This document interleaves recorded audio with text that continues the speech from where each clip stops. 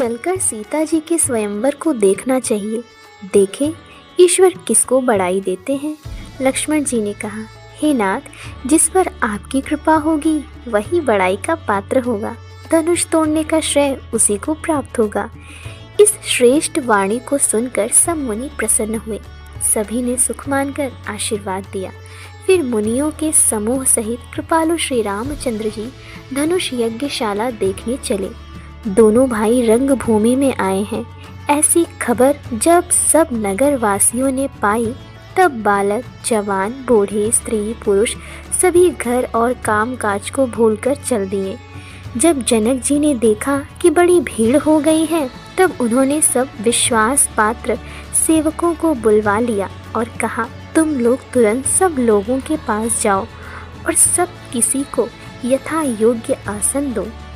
उन सेवकों ने कोमल और नम्र वचन कहकर उत्तम, मध्यम, नीच और लघु सभी श्रेणी के स्त्री पुरुषों को अपने अपने योग्य स्थान पर बैठाया।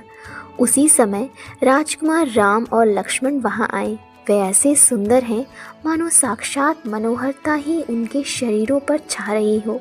सुंदर सांवला और गोरा उनका शरीर है। वे गुणों के समुद्र, चतुर और उत्तम वीर हैं। वे राजाओं के समाज में ऐसे सुशोभित हो रहे हैं मानो तारागणों के बीच दो पूर्ण चंद्रमा हो। जिनकी जैसी भावना थी प्रभु की मूर्ति उन्होंने वैसी ही देखी। महान रणधीर राजा लोग श्री रामचंद्र जी के रूप को ऐसा देख रहे हैं मानो स्वयं वीर रस शरीर धारण किए हुए हो। कुटिल राजा प्रभु को देखकर डर गए मानो बड़ी भयानक मूर्ति हो। छल से जो राक्षस वहां राजाओं के वेश में बैठे थे उन्होंने प्रभु को प्रत्यक्ष काल के समान देखा। नगरवासियों ने दोनों भाइयों को मनुष्यों के भूषण रूप और नेत्रों को सुख देने वाला देखा। स्त्रियां हृदय में हर्षित होकर अपनी अपनी रुचि के अनुसार उन्हें देख रही हैं, मानो श्रृंगार रस ही परम अनुपम मूर्ति धारण किए सुशोभित हो रहा हो। विद्वानों को प्रभु विराट रूप में दिखाई दिए, जिसके बहुत से मुंह, हाथ, पैर, नेत्र और सिर हैं। जनक जी के सजातीय कुटुंबी प्रभु को किस तरह कैसे प्रिय रूप में देख रहे हैं, जैसे सगे सजन संबंधी प्रिय लगते हैं।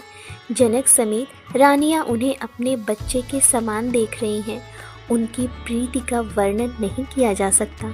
योगियों को वे शांत, शुद्ध, सम और स्वतः प्रकाश परम तत्व के रूप में दिखे। हरि भक्तों ने दोनों भाइयों को सब सुखों के देने वाले इष्ट देव के समान देखा। सीता जी जिस भाव से श्री रामचंद्र जी को देख रही हैं वह स्नेह और सुख तो कहने में ही नहीं आता। उस स्नेह और सुख का वे हृदय में अनुभव कर रही हैं, पर वे भी उसे कह नहीं सकती। फिर कोई कवि उसे किस प्रकार कह सकता है। इस प्रकार जिसका जैसा भाव था उसने कौशलाधीश श्री रामचंद्र जी को वैसा ही देखा।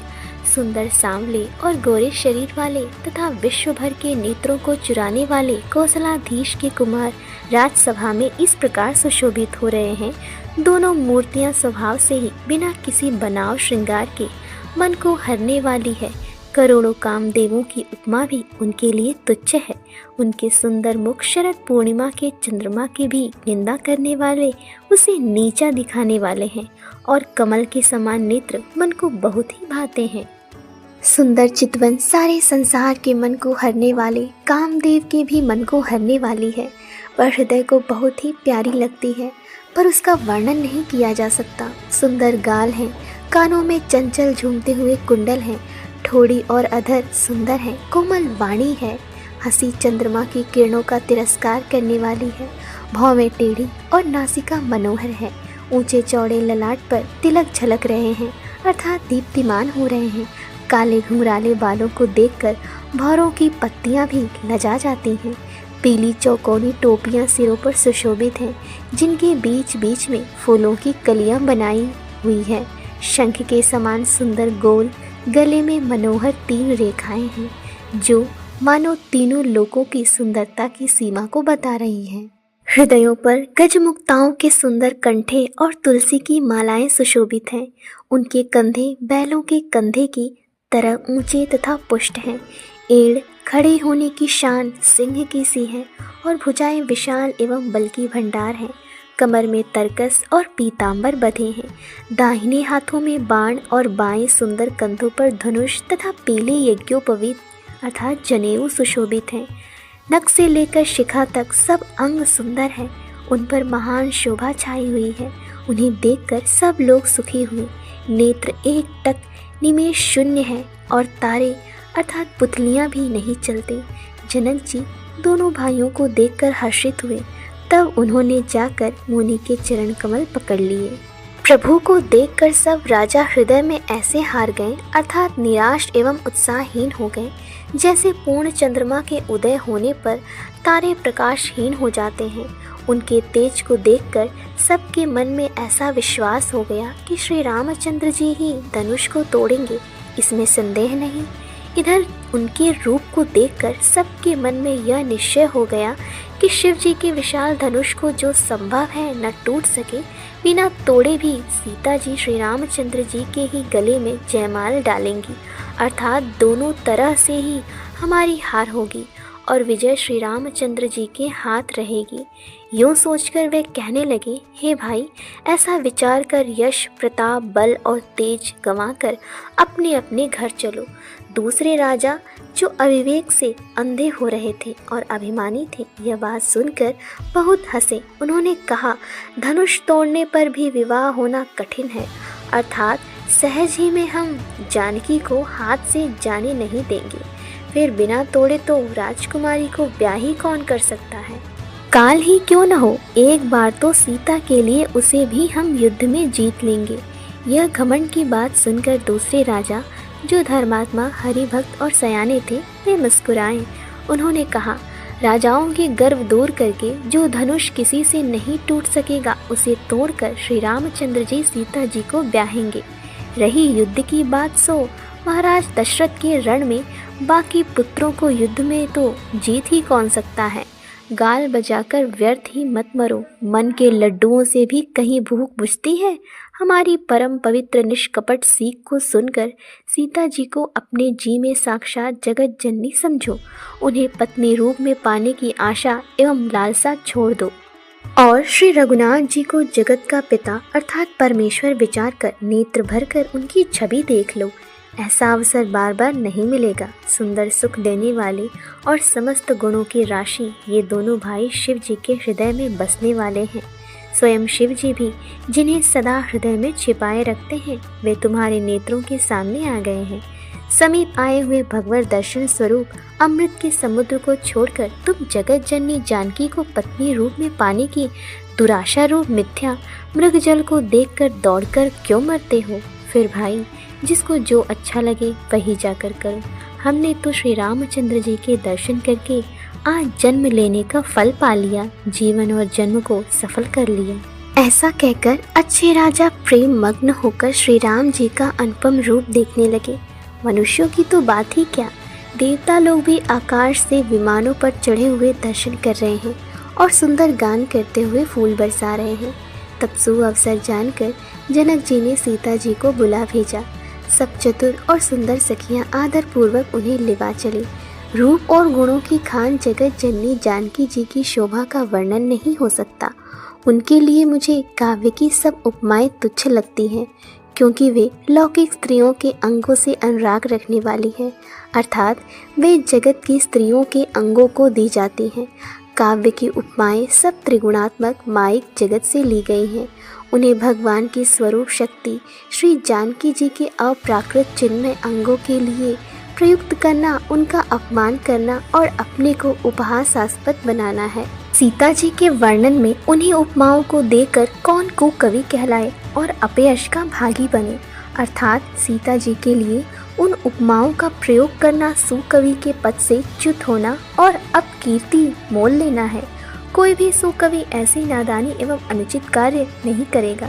यदि किसी स्त्री के साथ सीता जी की तुलना की जाए तो जगत में ऐसी सुंदर युवती है ही कहाँ जिसकी उपमा उन्हें दी जाए। पृथ्वी की स्त्रियों की तो बात ही क्या, देवताओं की स्त्रियों को भी यदि देखा जाए तो हमारी अपेक्षा कहीं अधिक दिव्य और सुंदर है। तो उनमें सरस्वती तो बहुत बोलने वाली है, पार्वती अर्धांगिनी है, अर्थात अर्धनारी नटेश्वर के रूप में उनका आधा ही अंग स्त्री का है, शेष आधा अंग पुरुष शिवजी का है। कामदेव की स्त्री रति पति को बिना शरीर का जानकर बहुत दुखी रहती है और जिनके विष और मद्य जैसे समुद्र से उत्पन्न होने के नाते प्रिय भाई है, उन लक्ष्मी के समान तो जानकी जी को कहा ही कैसे जाए। जिन लक्ष्मी जी की बात ऊपर कही गई है वे निकली थी खारे समुद्र से, जिसको मथने के लिए भगवान ने अति कर्कश पीठ वाले कश्यप का रूप धारण किया। रस्सी बनाई गई, महान विषधर वासुकी नाग की मथानी का कार्य किया। अतिशय कठोर मंदराचल पर्वत ने और उसे मथा सारे देवताओं और दैत्यों ने मिलकर। जिन लक्ष्मी को अतिशय शोभा की खान और अनुपम सुंदरी कहते हैं, उनको प्रकट करने में हेतु बने ये सब असुंदर एवं स्वाभाविक ही कठोर उपकरण।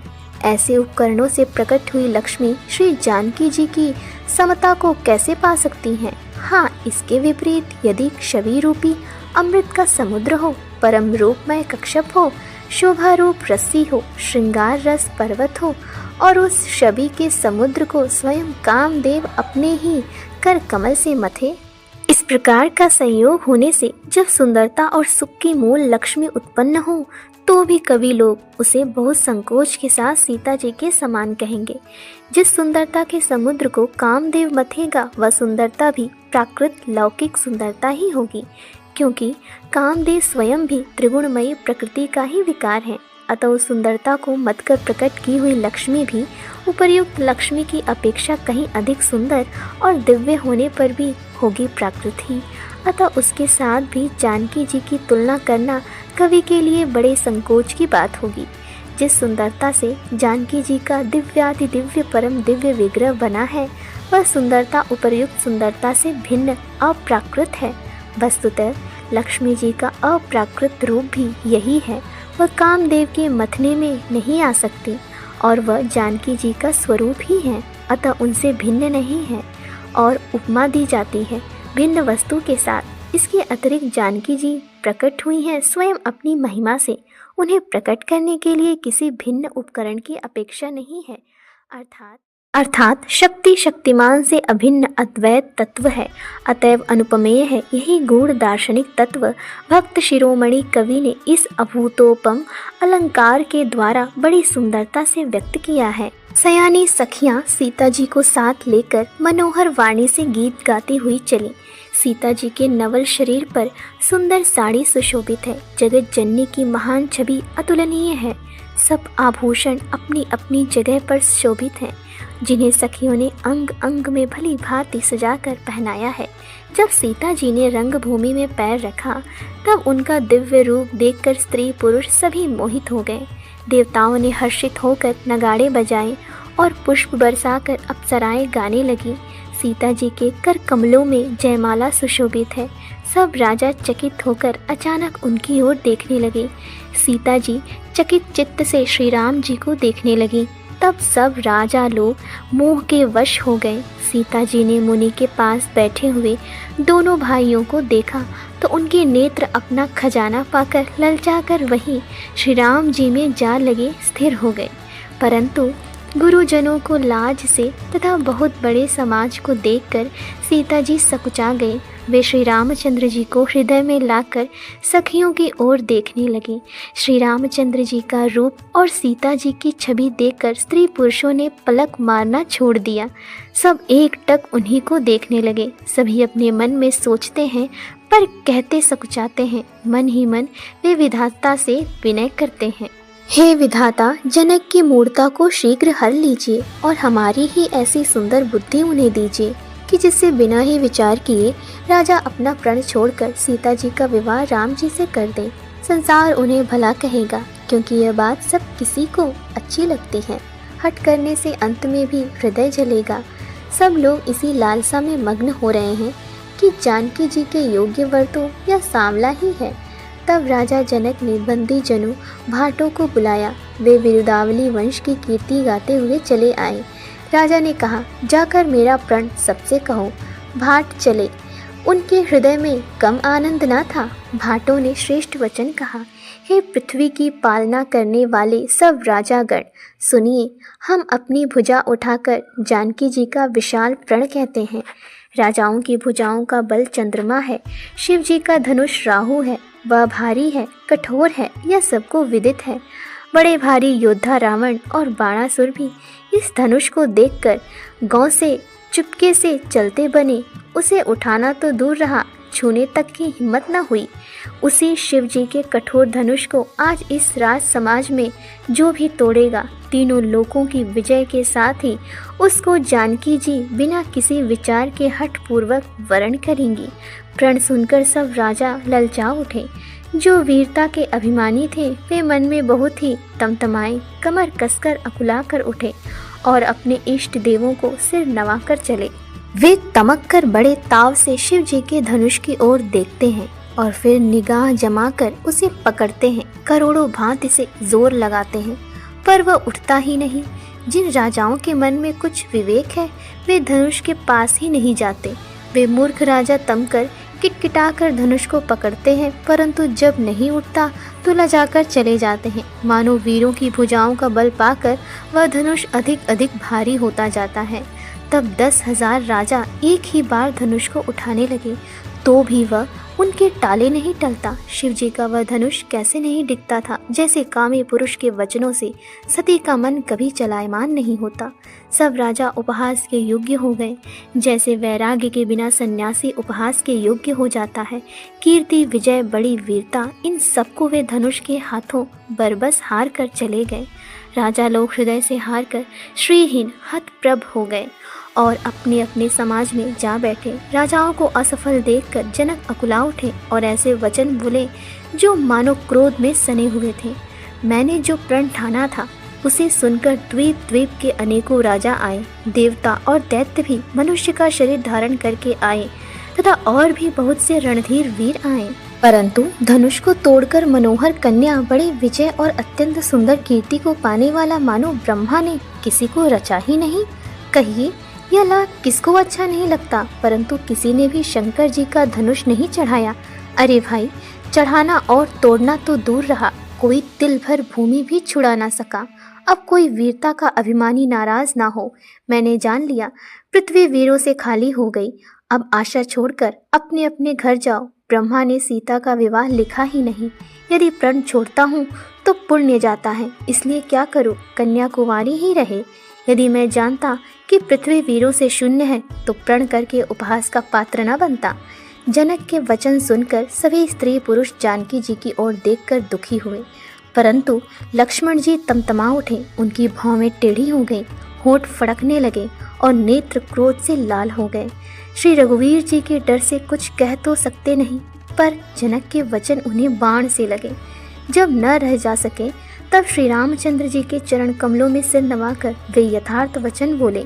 रघुवंशियों में कोई भी जहाँ होता है उस समाज में ऐसे वचन कोई नहीं कहता जैसे अनुचित वचन रघुकुल शिरोमणि श्री राम जी को उपस्थित जानते हुए भी जनक जी ने कहे। हे सूर्य कुल रूपी कमल के सूर्य, सुनिए, मैं स्वभाव ही से कहता हूँ, कुछ अभिमान करके नहीं।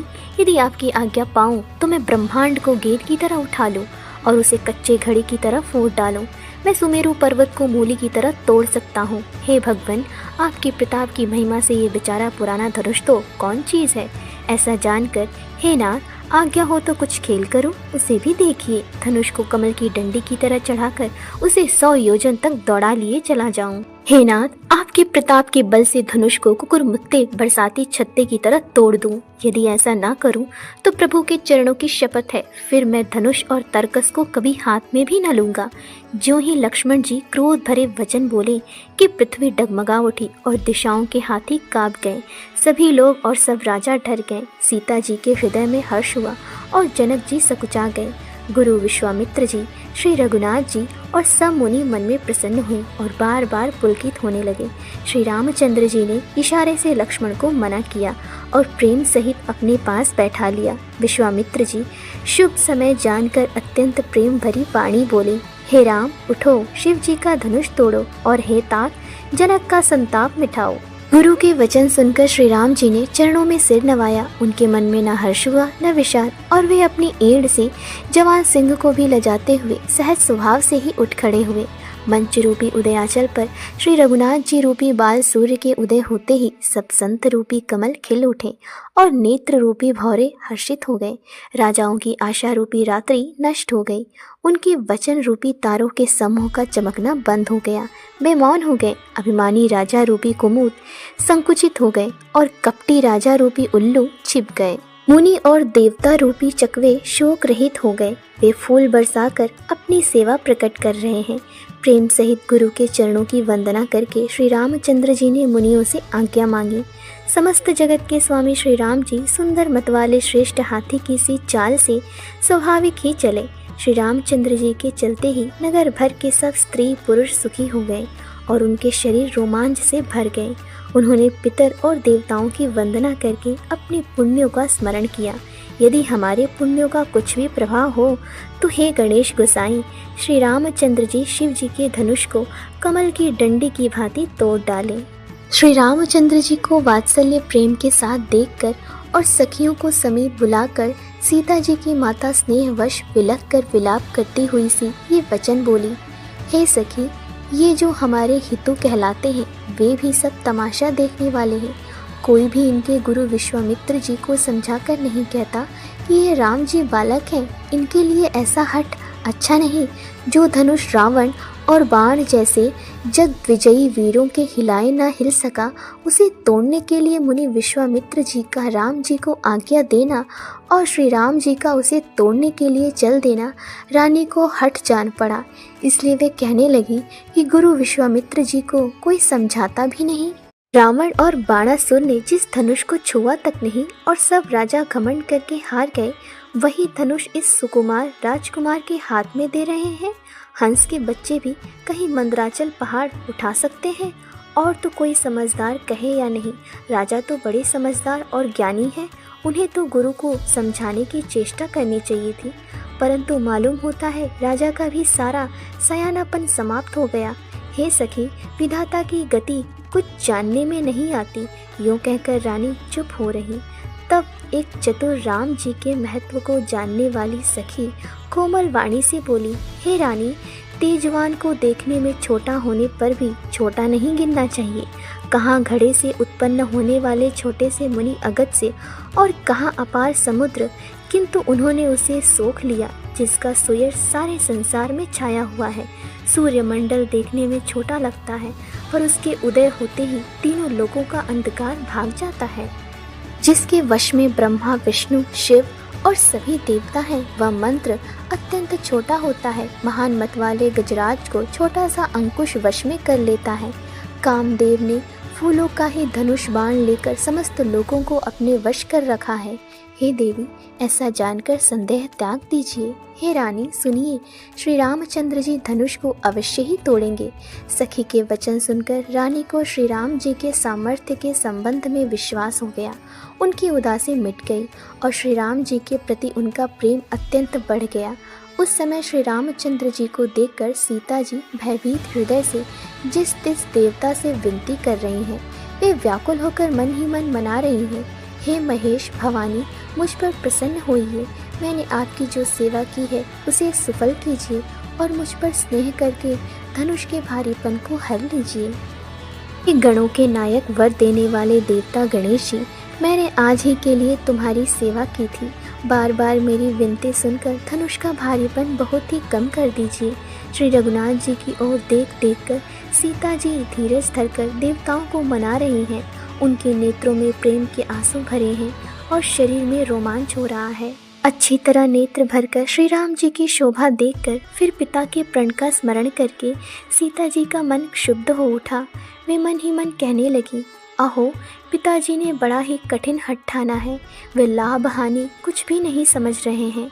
मंत्री डर रहे हैं, इसलिए कोई उन्हें सीख भी नहीं देता। पंडितों की सभा में यह बड़ा अनुचित हो रहा है।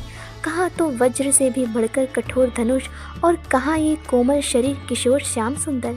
हे विधाता, मैं हृदय में किस तरह धीरज धरूं। सिरसक के फूल के कण से कहीं हीरा छेदा जाता है। सारी सभा की बुद्धि भोली बावली हो गई है। अतः हे शिव जी के धनुष, अब तो मुझे तुम्हारा ही आसरा है। तुम अपनी जड़ता लोगों पर डालकर श्री रघुनाथ जी के सुकुमार शरीर को देखकर उतने ही हल्के हो जाओ। इस प्रकार सीता जी के मन में बड़ा ही संताप हो रहा है।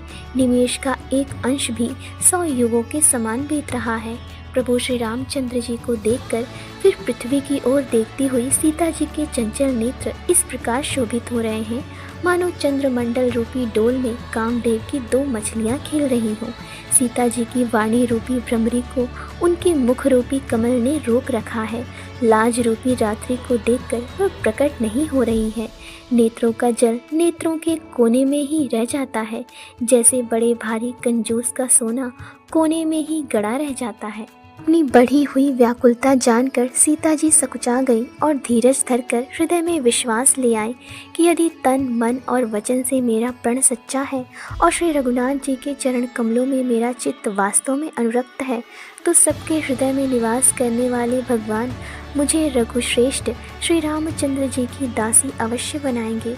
जिस पर सच्चा स्नेह होता है वह उसे मिलता ही है, इसमें कुछ भी संदेह नहीं है।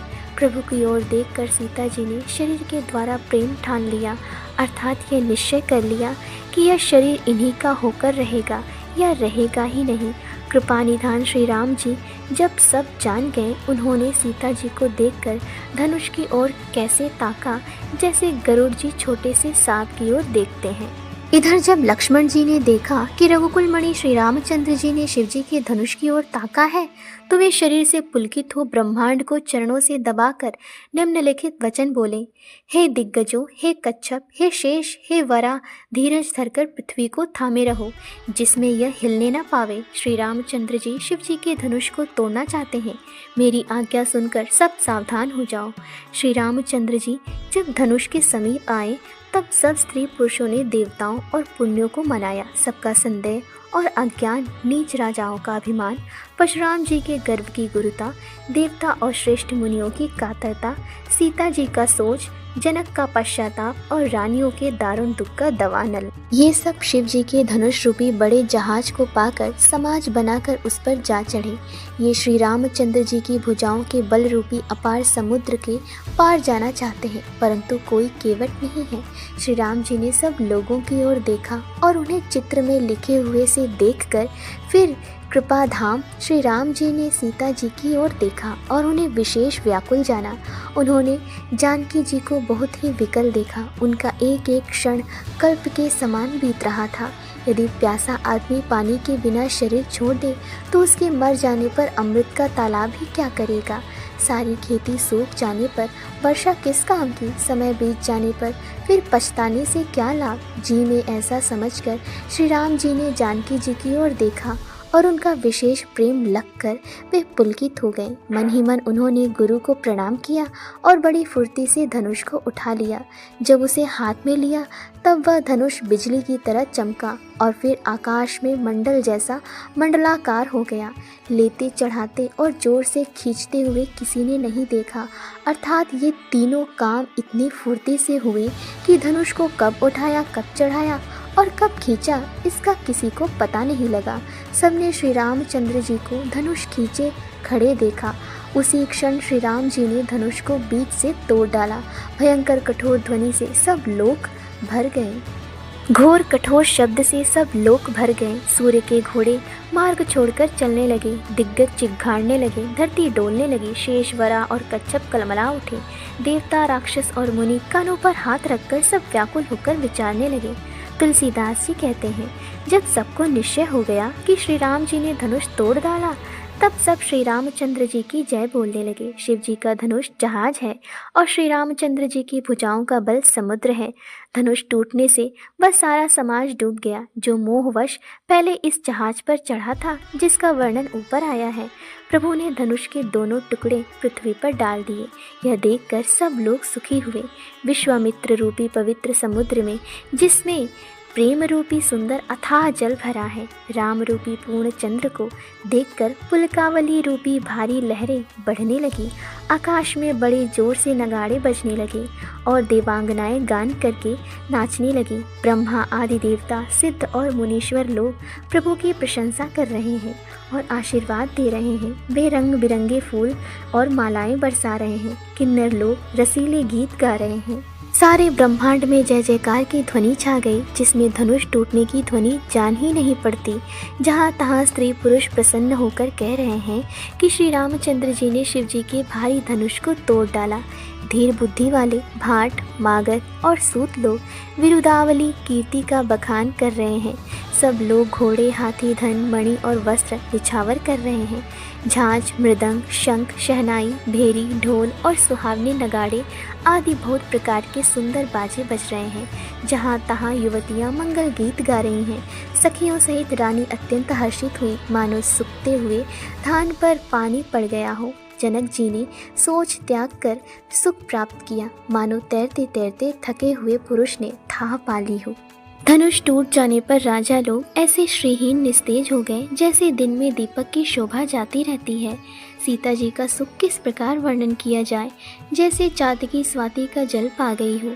श्री राम जी को लक्ष्मण जी किस प्रकार देख रहे हैं, जैसे चंद्रमा को चकोर का बच्चा देख रहा हो। तब शतानंद जी ने आज्ञा दी और सीता जी ने श्री राम जी के पास गमन किया। साथ में सुंदर चतुर सखियां मंगलाचार के गीत गा रही हैं।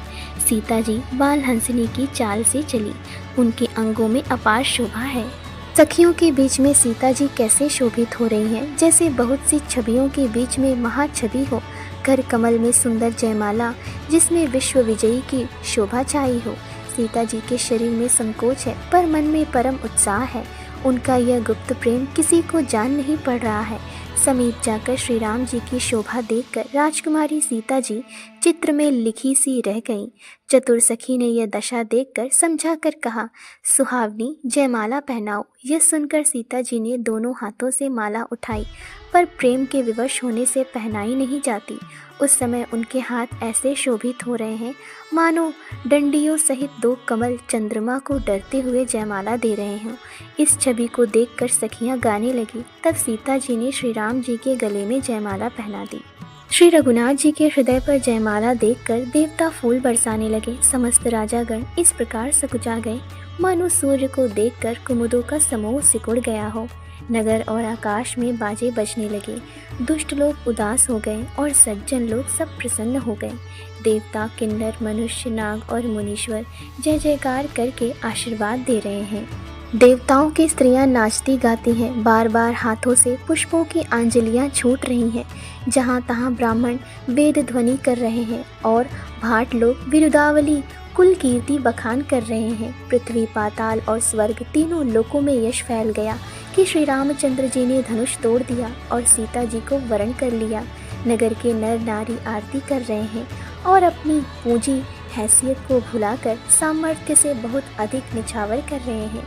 श्री सीता जी, श्री राम जी की जोड़ी ऐसी सुशोभित हो रही है मानो सुंदरता और श्रृंगार रस एकत्र हो गए हों। सखियां कह रही हैं, सीते स्वामी के चरण छुओ, किंतु सीता जी अत्यंत भयभीत हुई, उनके चरण नहीं छूती। गौतम जी की स्त्री अहिल्या की गति का स्मरण करके सीता जी श्री राम जी के चरणों को हाथों से स्पर्श नहीं कर रही हैं।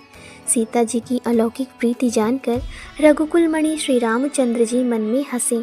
उस समय सीता जी को देखकर कुछ राजा लोग ललचा उठे। वे दुष्ट, कुपूत और मूढ़ राजा मन में बहुत तमतमाए। वे अभागे उठ उठकर कवच पहनकर जहाँ तहाँ गाल बजाने लगे। कोई कहते हैं सीता को छीन लो और दोनों राजकुमारों को पकड़कर बांध लो, धनुष तोड़ने से ही चाह नहीं सरेगी। हमारे जीते जी राजकुमारी को कौन ब्याह सकता है।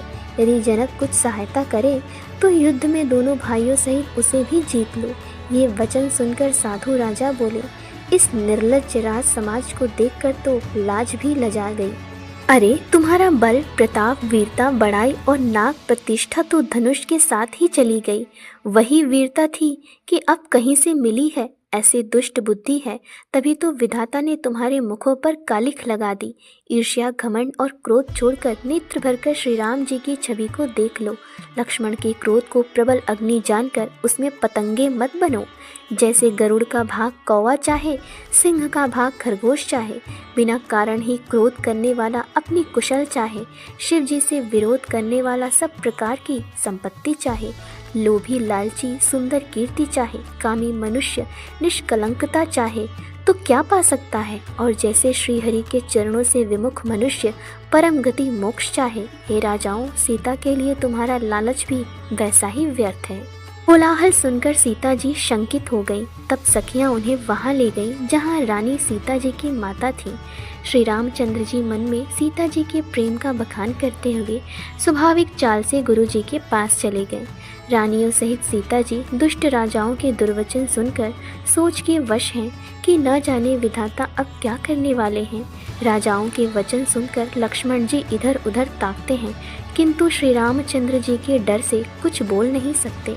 उनके नेत्र लाल और भौवें टेढ़ी हो गई और वे क्रोध से राजाओं की ओर देखने लगे, मानो मतवाले हाथियों का झुंड देखकर सिंह के बच्चे को जोश आ गया हो।